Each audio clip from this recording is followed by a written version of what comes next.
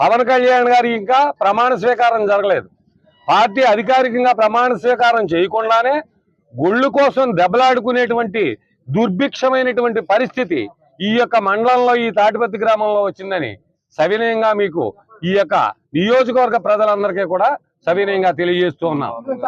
మన వర్మ గారి మీద రాత్రి వనుపూడిలో జరిగినటువంటి దాడి కూడా ఇదే విధంగా జనసేనలో కొంతమంది వ్యక్తులు కలిసి ఇందులోనే గ్రూపుల కింద చేరి ఈ విధంగా కష్టపడి పనిచేసినటువంటి వాళ్ళ మీద తెరబడ్డం, వాళ్ళని కొట్టడం, వాళ్ళ యొక్క దుశ్చర్య దమనకాండని అంతా కూడా చూస్తూ ఉన్నారు.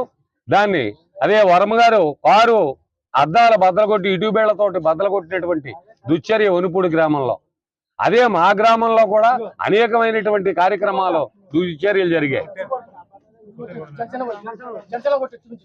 ఇప్పుడు ఇదే పొద్దుట ఇక్కడ కూర్చొని కమిటీ తాళాలు ఇస్తున్నారని నిన్న చెప్పడం జరిగింది. దానికి ఏ విధంగా జరుగుతుంది, ఏం చేద్దామని మేము ఇక్కడ సామరస్యంగా శాంతిపూర్వకం కొట్టడం జరిగింది.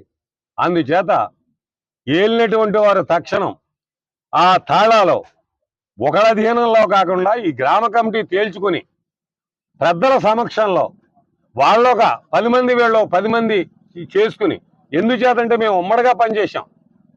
మేము జనసేన పవన్ కళ్యాణ్కి 100కి 150% ఓట్లు వేసాం. ఈవేళ మమ్మల్ని కాదని చేసేది ఏమీ ఉండకూడదు. ఎందుచేతంటే ఏ కార్యక్రమం అయినా మమ్మల్ని వాళ్ళు గౌరవించవలసిన అవసరం ఉంది, మేము వాళ్ళతో తెలియపరచవలసిన అవసరం ఉంది. అందుచేత ఈ దుశ్చర్యని దమనకాండని ఈ విధంగా జరిగింది కనుక ఇది మేము ప్రభుత్వం వారి దృష్టికి, ప్రజల దృష్టికి కూడా తీసుకెళ్ళడం జరుగుతుంది. అంతవరకు కూడా ప్రభుత్వం వారి అధీనంలో కానీ ఇక్కడ ఉన్నటువంటి గ్రామ పెద్దలు ఎవరైనా ఏ పురోహితుడి యొక్క ఆ ఆధ్వర్యంలో ఉన్నా మాకేం అభ్యంతరం లేదు. ఎస్ఐ గారి ఆధ్వర్యంలో స్టేషన్లో ఉండేవాడి తాళాలు అవి తేలిన తర్వాత అప్పుడు ద్వారం ఓపెన్ చేయడం, అప్పుడు కార్యక్రమాలు జరగడం జరుగుతుంది.